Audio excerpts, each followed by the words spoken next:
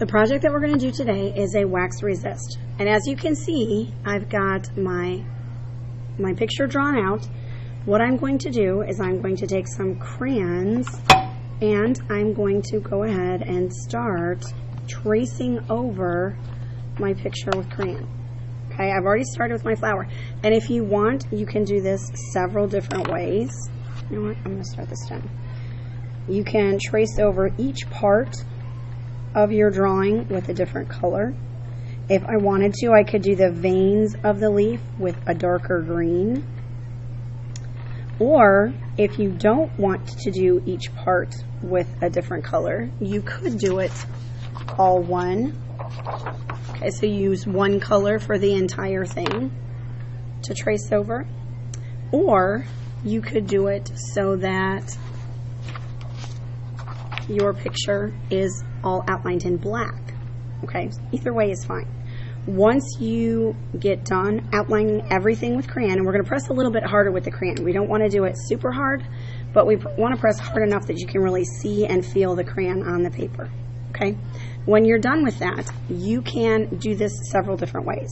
You can either use paints like this to paint over the top of this, or you could use watercolor pencils to color with watercolor pencil, and you'll color the whole picture in. Or you could use watercolor crayons to color this. Okay, and you color the whole thing in with crayon. Okay, these are watercolor ones so that you can paint right over the top of that.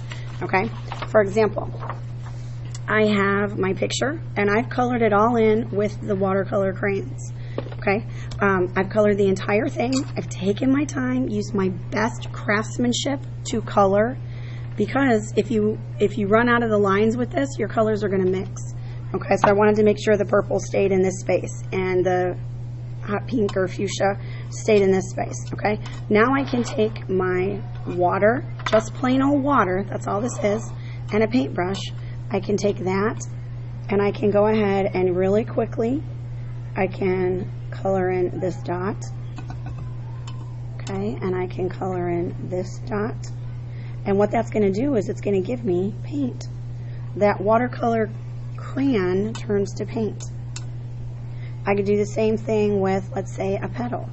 I would go ahead and paint right over this. And since I have done this with black crayon, it's a wax resist.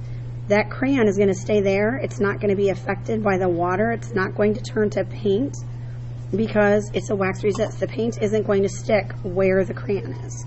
Okay, where there's that wax crayon, your paint isn't going to cover it, so it will serve as your outline for your picture.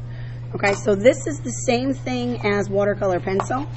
If you use watercolor pencils and you use them to color in your picture, the same way as I did with the crayon, very carefully, use your best craftsmanship. When you add water to this, it also turns to paint. Okay, so you can use either one of those to color it in, and you'll have a watercolor picture when you are completed. Okay, all beautiful. If you are wanting to use a set of paints, what you would do is paint it just like a regular picture. You could do that a couple different ways. You can paint each space a different color if you would like. If you do that, make sure that you're not, remember, we're not mixing colors in here. Okay, we're using our colors on our paper. Rinse your brush in between each color so that you don't dip twice in from one color to another. That's going to mix up your paints in there, and then you'll not be able to get these bright yellows and pinks and blues. Okay, so make sure you're rinsing your brush in between colors when you use this. Okay, you could also mix colors on the paper if you wanted to. Okay, so I just outlined this in black, and then I just mixed my colors on the paper. Okay, so there's lots of different ways that you can do this if you want. Okay, all a wax resist. That's the cool thing. Okay, it's the same process, but just using a little bit of a different material. Okay, this is just plain watercolors. This is painting each space a different color. This is mixing colors and just painting it all mixed colors and letting those colors blend and bleed in the background. And this is coloring it in using watercolor crayons. Okay, all fun ways to do a wax resist. Use your best craftsmanship.